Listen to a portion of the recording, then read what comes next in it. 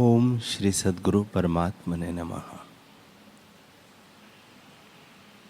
श्री योग वशिष्ठ महारामायण निर्वाण प्रकरण सर्ग 287। श्री वशिष्ठ जी बोले, हे रामचंद्र जी, पहले एक कल्प में तुम और हम हुए थे। तुम मेरे शिष्य थे और मैं तुम्हारा गुरु था। तुमने एक वन में मुझसे प्रश्न किया था कि हे भगवान, एक मुझको संशय है, उसे मिटाओ। महाप्रलय में नष्ट क्या होता है और अविनाशी क्या रहता है? तब मैंने कहा था, हे तात, जितना शेष विशेष रूप जगत है वह सब नष्ट हो जाता है। जैसे स्वप्न का नगर सुषुप्ति में लीन होता है और निर्विशेष ब्रह्म सत्ता शेष रहती है। क्रिया, काल, कर्म, आकाश, पृथ्वी, अप, तेज, वायु, पहाड़, नदी आदि जो कुछ जगत क्रिया, काल और द्रव्य से युक्त है वह सब नष्ट हो जाता है। और ब्रह्मा, विष्णु, रुद्र, इंद्र, ये जो कार्य के कारण है, इनका नाम भी नहीं रहता। चैतन्य का लक्षण रूप संवेदन शक्ति भी नहीं रहती। केवल अचेत चिन्मात्र एक चिदाकाश ही शेष रहता है। शिष्य बोला, हे मुनीश्वर, जो वस्तु सत्य होती है उसका नाश नहीं होता, और जो असत्य होती है वह आभास रूप है। पर यह जगत तो विद्यमान दिखता है, महाप्रलय में कहाँ जाएगा? तब गुरु बोले, हे तात, जो सत्य है उसका नाश कभी नहीं होता, और जो असत्य है उसका भाव नहीं है। इसलिए जितना कुछ जगत तुमको दिखता है सो सब भ्रम मात्र है।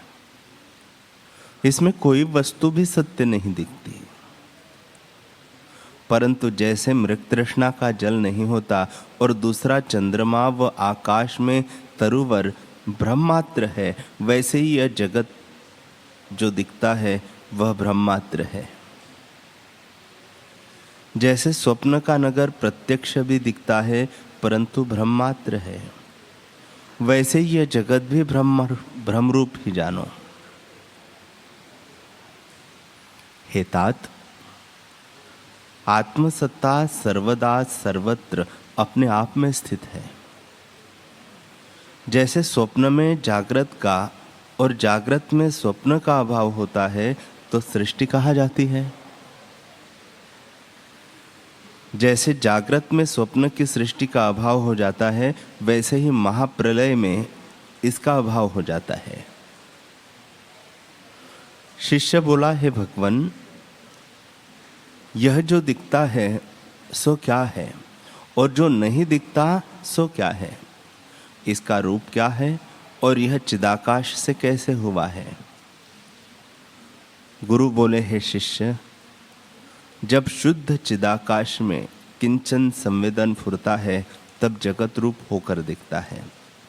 ऐसे इसका रूप भी चिदाकाश ही है, चिदाकाश से भिन्न कुछ नहीं। सृष्टि और प्रलय दोनों उसी के रूप हैं। जब संवेदन फुरता है तब सृष्टि दिखती है, और जब नहीं फुरती तब प्रलय रूप भासित होती है, पर दोनों ही उसके रूप है। जैसे एक ही वपु में दो स्वरूप है, दंतों से शुक्ल लगता है और केशों से कृष्ण लगता है, वैसे ही आत्मा में सर्ग और प्रलय दो रूप है, पर दोनों आत्म रूप है। जैसे एक ही निद्रा की दो अवस्थाएं होती है, एक स्वप्न और दूसरी सुषुप्ति, परंतु जागृत में दोनों नहीं होती, वैसे ही निद्रा रूप संवेदन में सर्ग और प्रलय भासित होता है, पर जागृत रूप आत्मा में दोनों का अभाव है। हे तात, जो कुछ तुमको दिखता है वह सब चिदाकाश रूप है और कुछ नहीं। ब्रह्म सत्ता ही अपने आप में स्थित है। जैसे स्वप्न में अपना अनुभव ही जगत रूप दिखता है, वैसे ही आत्मा में जगत दिखता है। शिष्य बोला, हे भगवन, जो इसी प्रकार है कि दृष्टा ही दृश्य रूप होकर भासता है, तो और जगत तो कुछ न हुआ, वही रूप है। गुरु बोले, हे तात, यही बात है। जगत कुछ वस्तु नहीं, चिदाकाश ही जगत रूप होकर दिखता है। आत्मसत्ता ही इस प्रकार भासित होती है और कुछ नहीं, क्योंकि सब उसी का किंचन है। सब में सर्वदा सब प्रकार वही सृष्टि होकर फुरती है। किसी में किसी समय किसी प्रकार कुछ हुआ नहीं। आत्मसत्ता ही अपने आप में स्थित है। जो कुछ जगत दिखता है उसे वही रूप जानो। जिसको तू सर्ग और प्रलय कहता है, वह सब आत्मसत्ता के नाम है। वही सब में सर्वदा सब प्रकार स्थित है। एक ही परम देव घट पट रूप हुआ है। पर्वत, पट, जल, तृण, अग्नि, पृथ्वी, आकाश, स्थावर जंगम, अस्ति नास्ति, शून्य अशून्य, क्रिया, काल, मूर्ति, अमूर्ति, बंधन और मोक्ष आदि सब शब्द अर्थ से जो पदार्थ सिद्ध होते हैं, वे सब असत्य रूप है। सब में सर्वदा सब प्रकार आत्मा ही है, और जिसमें सर्वदा सब प्रकार नहीं, वह भी आत्मा ही है, जो सदा ज्यों का त्यों ही है। जैसे स्वप्न में जो कुछ दिखता है वह सब आत्मसत्ता ही है और दूसरा कुछ बना नहीं। हे तात, तृण ही करता है, तृण ही भोगता है और तृण ही सर्वेश्वर है। घट करता है, घट भोगता है और घट ही सर्वेश्वर है। पट करता है, पट भोगता है और पट ही परमेश्वर है। नर करता है, नर भोगता है और नर ही सबका ईश्वर है। इसी प्रकार एक एक वस्तु नाम से जो वस्तु है वह कर्ता, भोक्ता और सर्व ब्रह्म रूप है। ब्रह्मा से लेकर तृण तक जो कुछ जगत दिखता है सो सब आत्मरूप है। क्षय, उदय, भीतर, बाहर, कर्ता, भोक्ता सब विज्ञान मात्र ईश्वर है। कर्ता भोक्ता वही है और न करता है न भोक्ता भी वही है। विधि भी वही है और निषेध भी वही है। शुद्ध दृष्टि से सब चिदात्मा ही भासित होता है, जो सब दुखों से रहित है। जिनको आत्मदृष्टि नहीं प्राप्त हुई, उनको भिन्न भिन्न जगत दिखता है, जो अनुभव से भिन्न नहीं है। ऐसे जानकर अपने स्वरूप में स्थित रहो। हे रामचंद्र जी, इस प्रकार मैंने तुमसे कहा था, परंतु उससे तुमको अभ्यास की न्यूनता से बोध न हुआ, इसलिए वही संस्कार अब तुमको प्राप्त हुआ है और इसी कारण अब तुम जागे हो। हे राघव, अब तुम अपने स्वरूप में स्थित होकर कृतकृत्य हुए हो, इसलिए अपनी राज लक्ष्मी को भोगो, प्रजा का पालन करो और हृदय से आकाश सम निर्लिप्त रहो। वाल्मीकि जी बोले, हे भरद्वाज, जब वशिष्ठ जी इस प्रकार राम जी से कह चुके, तब आकाश में स्थित सिद्ध और देवता फूलों की वर्षा करने लगे, मानो मेघ बर्फ की वर्षा करते हो अथवा आकाश कंपायमान हुआ हो, उसके तारे गिरते हो। जब वे पुष्पों की वर्षा कर चुके, तब राजा दशरथ उठ खड़े हुए और अर्घ्य पाद्य से पूजन कर हाथ जोड़कर कहने लगे, हे मुनीश्वर, बड़ा कल्याण और हर्ष हुआ जो तुम्हारे प्रसाद से मैं आत्मपद को पाकर कृतकृत्य हुआ। चित्त का वियोग हुआ है, इससे दृश्य फुरने का भी अभाव हुआ है और मैं अचित्त चिन्मात्र हूँ। अब मैं परम पद को पा गया हूँ और मेरे सब संताप मिट गए हैं। संसार रूपी अंध मार्ग से थका हुआ मैं अब विश्राम को प्राप्त हुआ हूँ। अब मैं पहाड़ की तरह अचल हूँ, सब आपदा से तर गया हूँ। जो कुछ जानना था वह जान गया हूँ। हे मुनीश्वर, तुमने बहुत युक्ति से दृष्टांत देकर जगाया है, अर्थात शून्य के दृष्टांत, सीपी में रूपा, मृग तृष्णा का जल, रस्सी में सर्प, आकाश में दूसरा चंद्रमा और नदी पर नदी के किनारे का चलते दिखना, जल में तरंग, स्वर्ण में भूषण, वायु का फुरना, गंधर्व नगर, संकल्पपुर आदि दृष्टांत कहे हैं, जिनसे मैंने तुम्हारी कृपा से यह जान लिया कि आत्मसत्ता से भिन्न कुछ भी नहीं है। वाल्मीकि जी बोले, जब इस प्रकार दशरथ कह चुके तब राम जी उठ खड़े हुए और हाथ जोड़कर इस प्रकार कहने लगे कि हे मुनीश्वर, तुम्हारी कृपा से मेरा मोह नष्ट हो गया। अब मैं परम पद को प्राप्त हुआ हूँ। मुझको किसी में न राग है न द्वेष है। मैं परम शांति को प्राप्त हुआ हूँ। न अब मुझे कुछ करने से अर्थ है और न करने में कुछ अनर्थ है। मैं परम शांत पद को प्राप्त हुआ हूँ। हे मुनीश्वर, तुम्हारे वचनों को स्मरण कर मैं आश्चर्य को प्राप्त होकर हर्षित होता हूँ। मेरे सब संदेह नष्ट हो गए हैं। अब मुझको और कुछ नहीं दिखता, सब ब्रह्म ही दिखता है। लक्ष्मण बोले, हे भगवान, मैं संतों के वचन इकट्ठे करता रहा था और सब जो मेरे पुण्य थे वे अब इकट्ठे हुए थे, जिन सब का फल अब उदय हुआ है। तुम्हारी कृपा से अब मैं सब संशयों से रहित होकर परम पद को प्राप्त हुआ हूँ। तुम्हारे वचन चंद्रमा की किरणों के समान शीतल है, किंतु उससे भी अधिक है। इससे मैंने परम शांति पाई है और मेरे सब दुख संताप नष्ट हो गए हैं।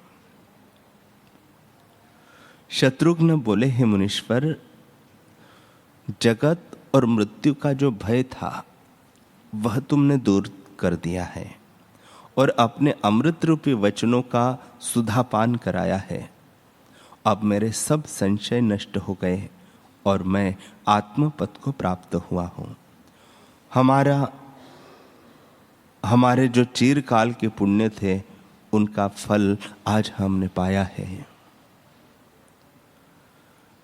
विश्वामित्र जी बोले, हे मुनीश्वर, सब तीर्थों के स्नान और दूसरे कर्मों से भी मनुष्य ऐसा पवित्र नहीं होता जैसे तुम्हारे वचनों से मैं पवित्र हुआ हूं। आज मेरे कान पवित्र हुए। नारद जी बोले, हे मुनीश्वर,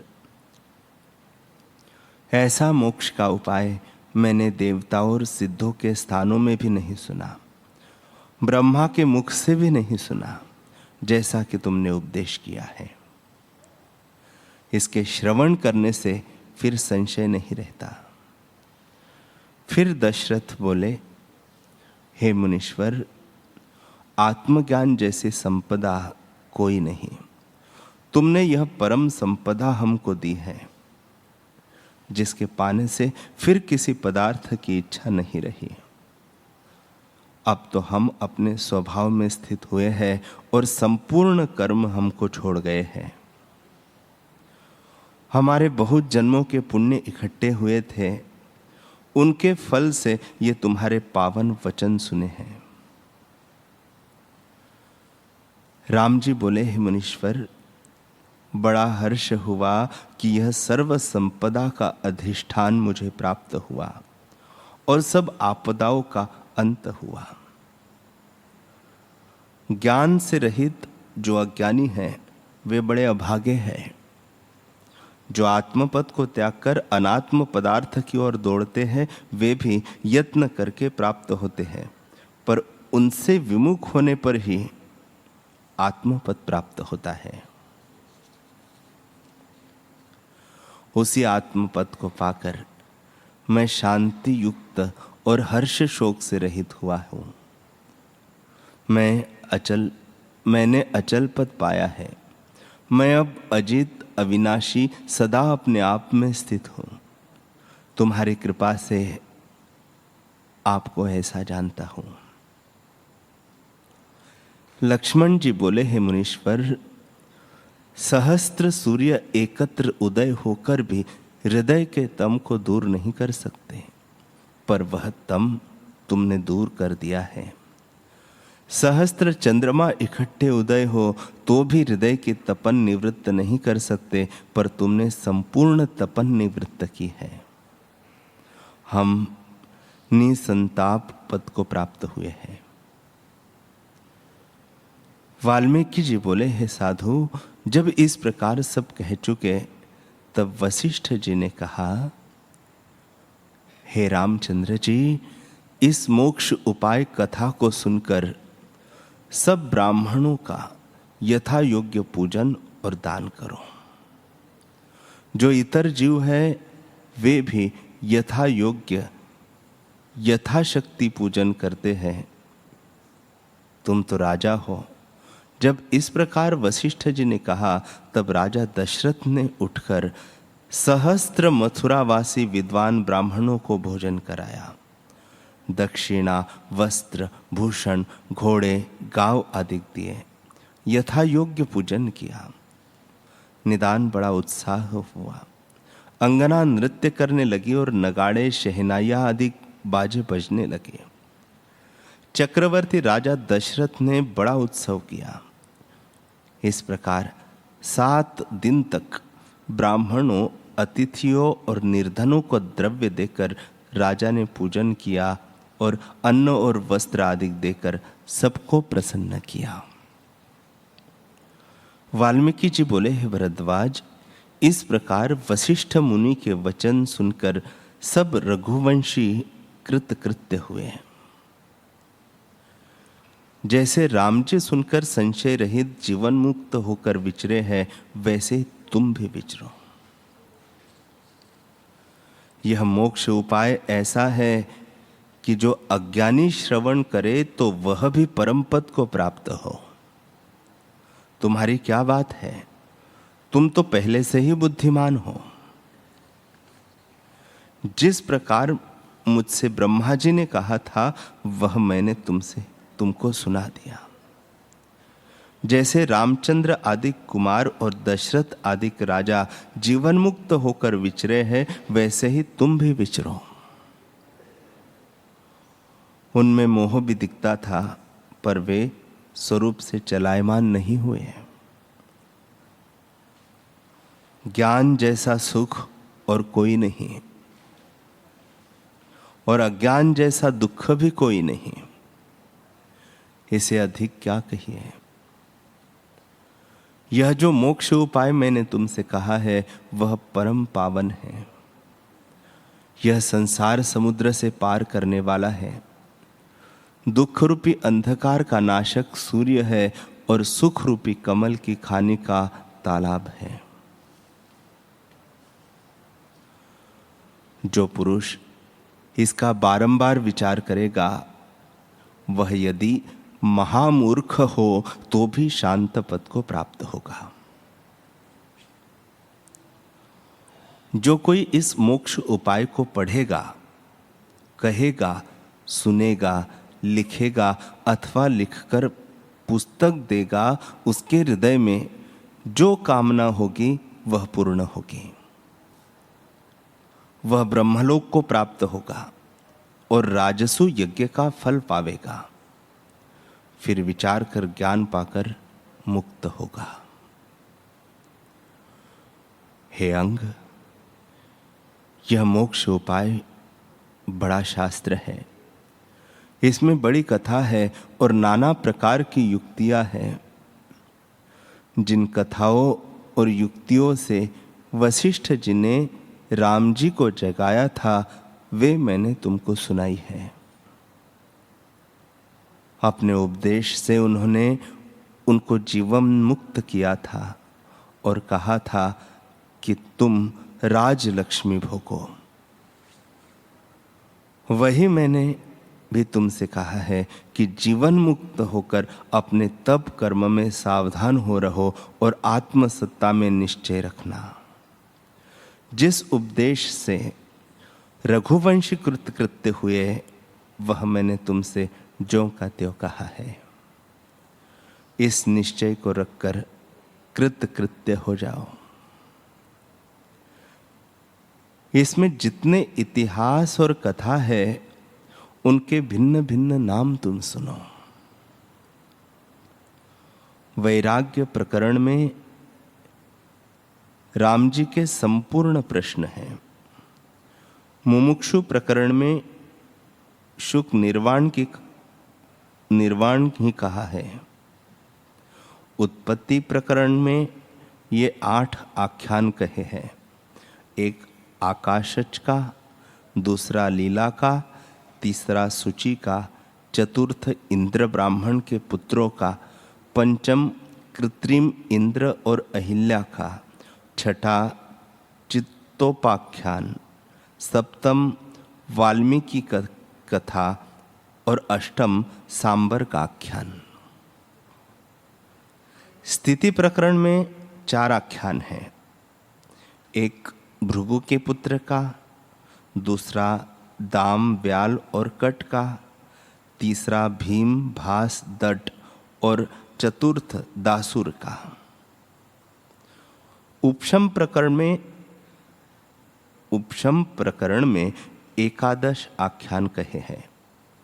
एक जनक की सिद्ध गीता, दूसरा पुण्य पावन, तीसरा बलि को विज्ञान की प्राप्ति का वृत्तांत, चतुर्थ प्रहलाद विश्रांति, पंचम गाधी का वृत्तांत, छठा उदालक निर्वाण, सप्तम स्वर्ग निश्चय, अष्टम परिघ निश्चय, नवम भास, दशम विलास संवाद और 11 वितव। निर्वाण प्रकरण में 27 आख्यान कहे हैं।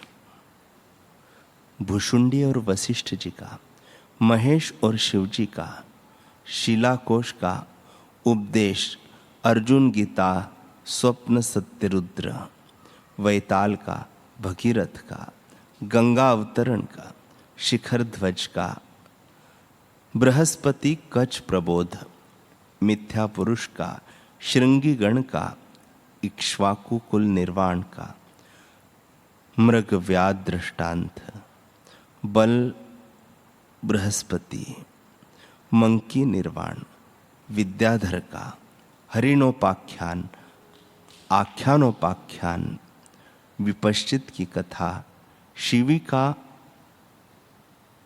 शीला का, इंद्र ब्राह्मण के पुत्रों का, कुंद दंत का, महाप्रश्न, उत्तर वाक्य, शिष्य गुरु महोत्सव और ग्रंथ प्रशंसा फल चतुष्ट प्रकरणों में सब 50 आख्यान वर्णन किए गए हैं।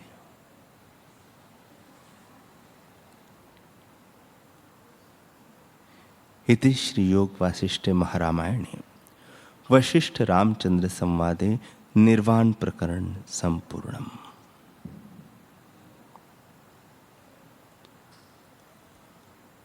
हरि ओम।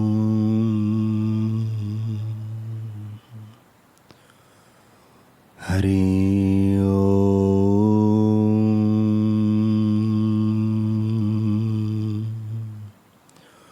ओम सहनाववतु सहनौ भुनक्तु सह वीर्यं करवावहै तेजस्विनावधीतमस्तु मां विद्विषावहै। ओम शांति शांति शांति। श्री सद्गुरुदेव भगवान की जय।